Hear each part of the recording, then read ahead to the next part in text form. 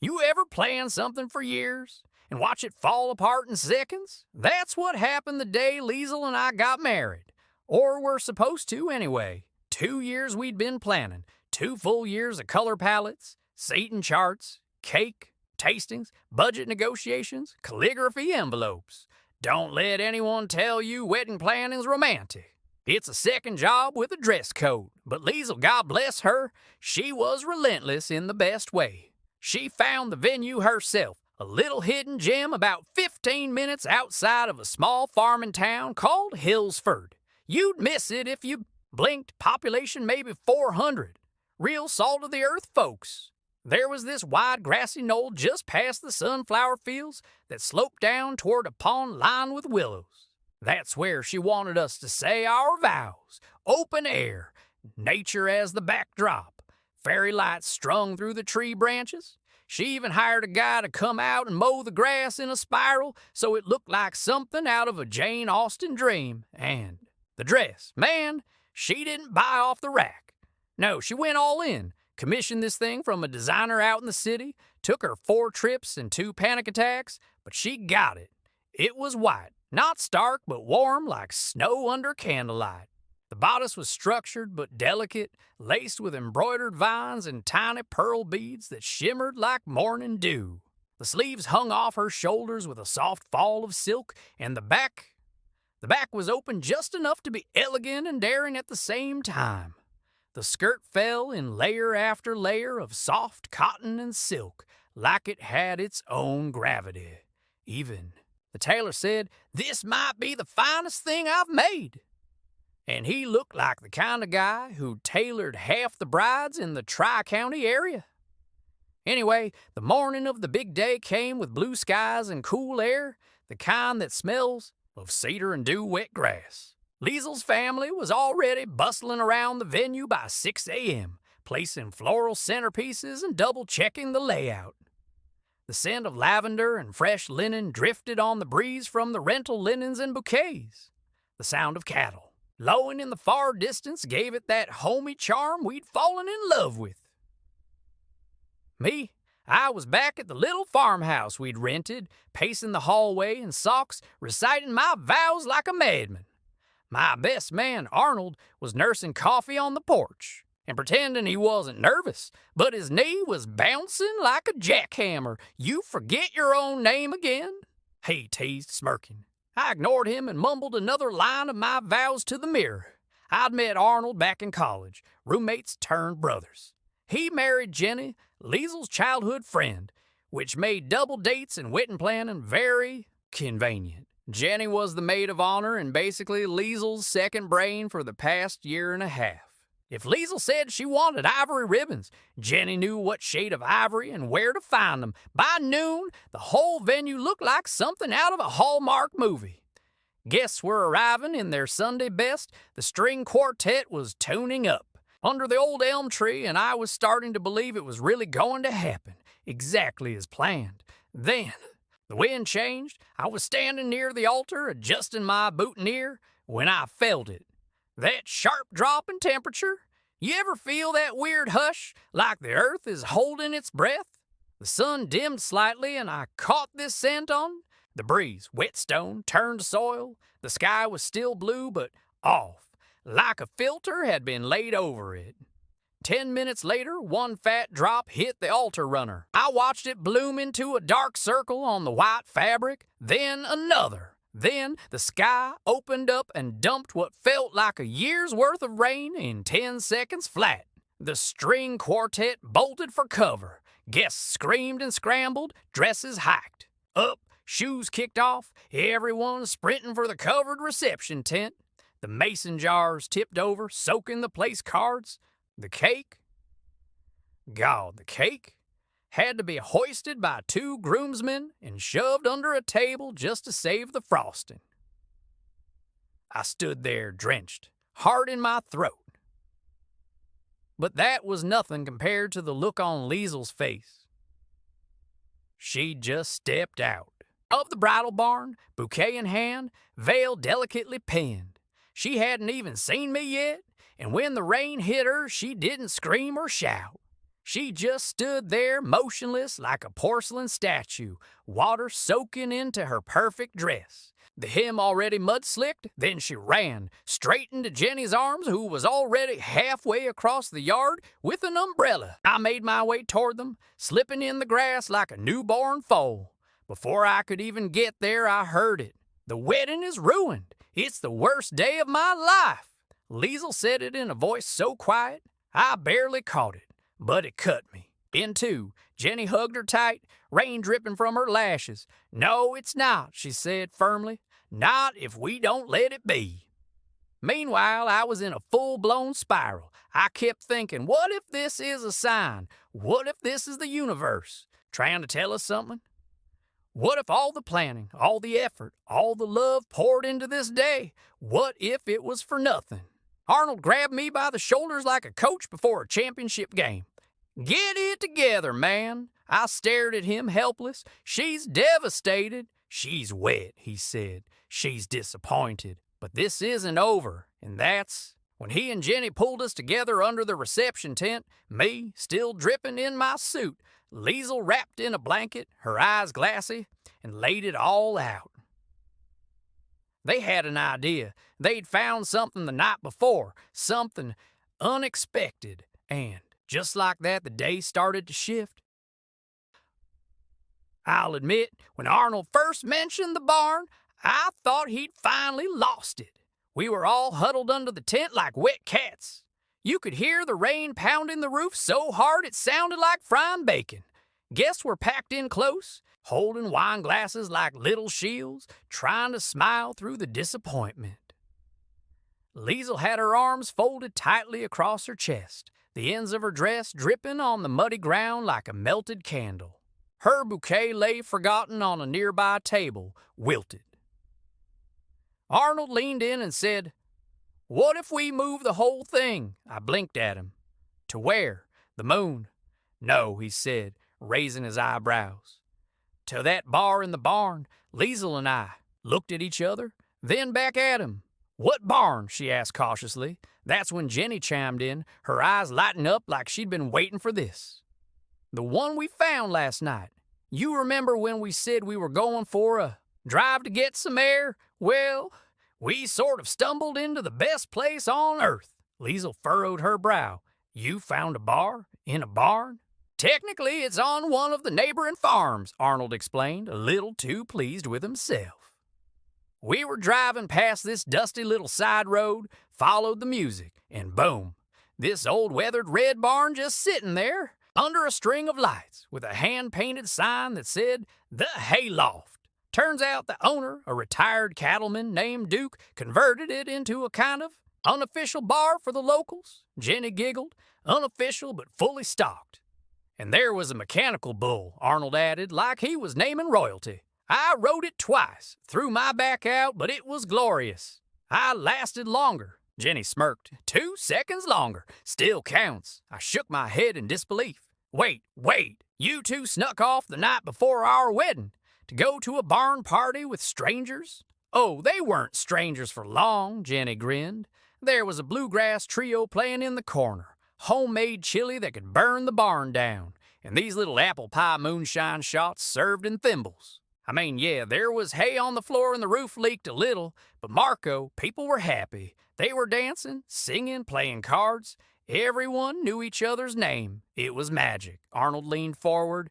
"Look, I know it's unorthodox, but the rain's not letting up anytime soon. The field's ruined, the tent's cramped, the sound system's shorted out. But that barn, it's dry, it's real, it's waiting. And Duke said if we ever needed a place to throw a party." He let the sentence hang. Liezl stared at the storm beyond the tent. Her dress clung to her legs like seaweed. Her perfectly done hair had surrendered hours ago. For a moment I saw her bite the inside of her cheek, the way she always does when she's thinking harder than she wants to admit. Then she turned to me. "What do you think?" I didn't hesitate. "I think I want to marry you. Anywhere, under anything." She gave a soft, surprised laugh, and it wasn't much, but it was real. Her shoulders relaxed, and for the first time that day, she looked like my Liezl again. Then, "Let's do it," she said. We didn't waste a second. Arnold pulled out his phone and called Duke. Jenny started rallying the guests. I found my uncle, who conveniently owned a diesel repair shop, and within 20 minutes, the entire wedding convoy was mobilizing. Some of the locals who were helping at the venue offered up tractors hitched to hay trailers. Guests piled in with their heels in hand and their dress pants rolled up to their calves. Kids squealed with laughter as the trailers bounced over the muddy tracks, splashing through puddles. The air smelled like wet cornfields and engine grease and optimism. The road to the barn wound past rows of corn and soybeans, their leaves slick with rain.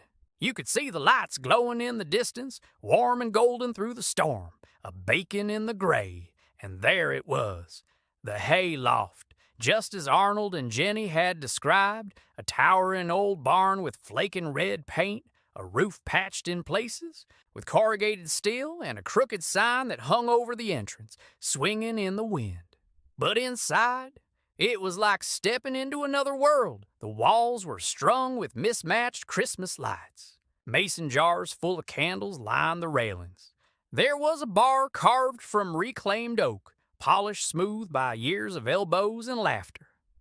A disco ball hung awkwardly from one of the rafters, throwing fractured light across the hay-scattered floor. Duke, this burly, bearded man with suspenders and a crooked smile, was already handing out beers and barking directions to anyone willing to help. "Wedding party incoming," he shouted, raising a bottle. "Someone sweep the bull," and that mechanical bull, right in the middle of it all, resting like a dragon, its saddle glinting under the string lights. People started pouring in, wet but smiling, their spirits lifted by the sheer ridiculousness of it all. Jenny grabbed a broom and cleared a space for the altar near the barn doors. Someone found an old wooden arch behind the bar and stuck a bouquet to it with duct tape. A Bluetooth speaker was propped up on a hay bale, blaring acoustic guitar covers from someone's Spotify playlist, and somehow it worked.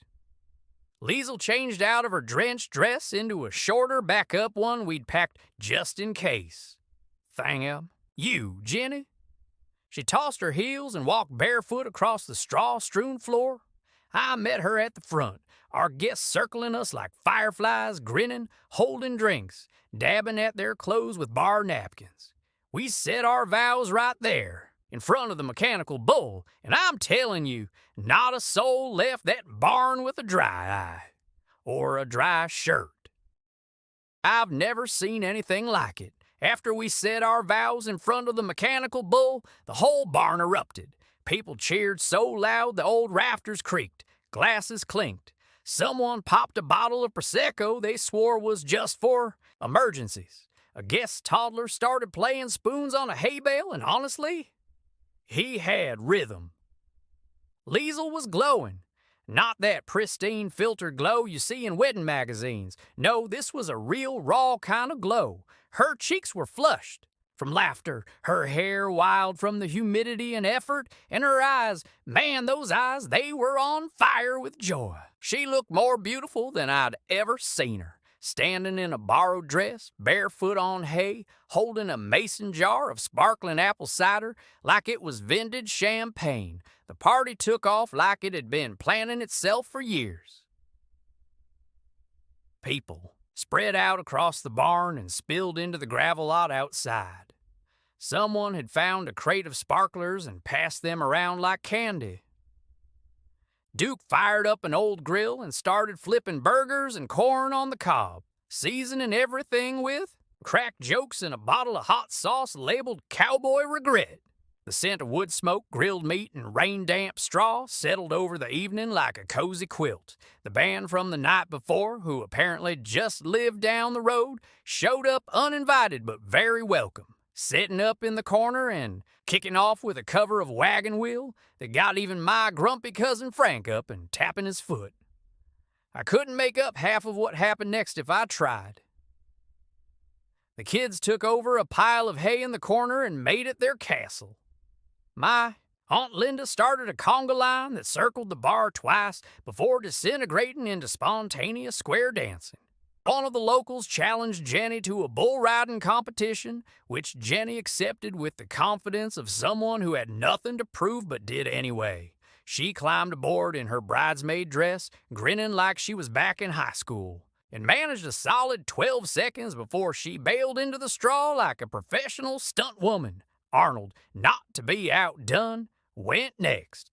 Let me tell you, watching a grown man in a tuxedo shirt and suspenders try to outlast his wife on a mechanical bull with achy breaky heart playing in the background. That's a kind of wedding memory they don't prepare you for. He got 6 seconds, maybe 7 if you count the bounce. By then the whole barn was stomping and clapping and laughing like they were family. People who didn't know each other that morning were taking selfies, dancing cheek to cheek, pouring drinks for one another, and exchanging numbers like it was a college reunion. And then, because this night hadn't already given us enough, it happened.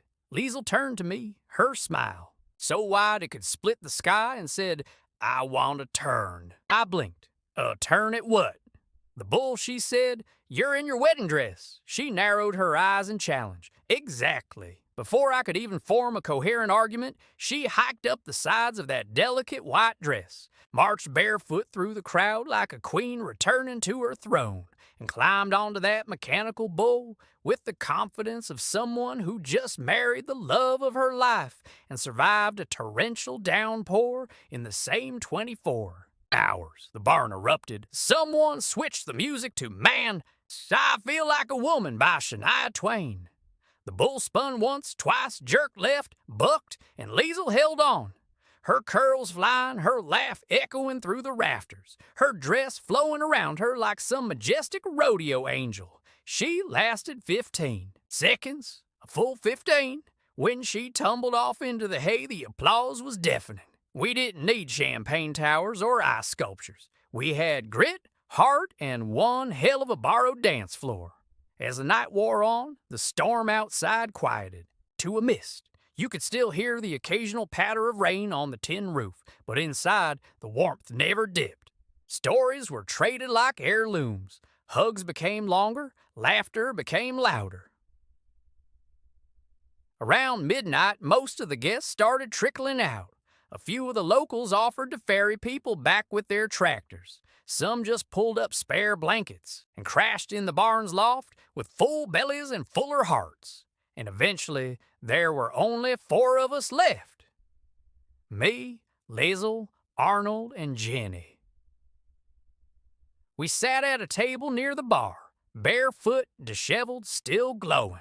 Someone had found an old Polaroid camera, and the last photo snapped was of the 4 of us, heads leaned in, grinning like we'd just pulled off the heist of the century. Liezl leaned over to Jenny and hugged her tight. "This is the best day of my life," she whispered, and it was. I think we all knew it. But then came the silence. That's that one beat of calm where reality sneaks in. Arnold glanced over at the bar where the cash register sat blinking like a patient time bomb. You got the bar tab." Jenny froze. "We didn't actually open a tab, did we?" "We absolutely did," I said.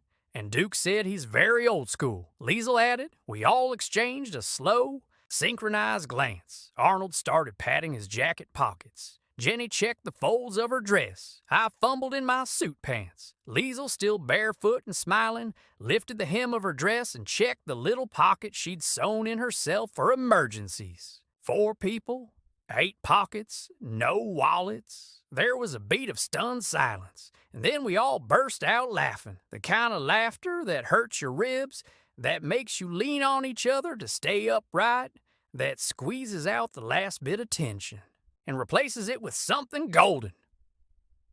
We didn't even care how we'd settle it. We were rich in every way that mattered.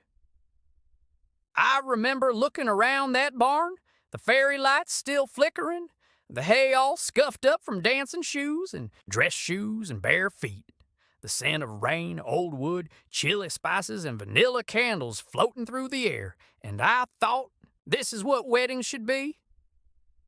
Real, imperfect, alive, As the fire crackles here at my feet tonight and the stars blink like old friends overhead, I think back to that day, our wedding in a barn under a rainstorm on a borrowed dance floor, with our best friends beside us. And if there's one thing I learned from it all, it's this. Even in the darkest and stormiest of times, there is always a silver lining, and sometimes that silver lining looks suspiciously like a mechanical bull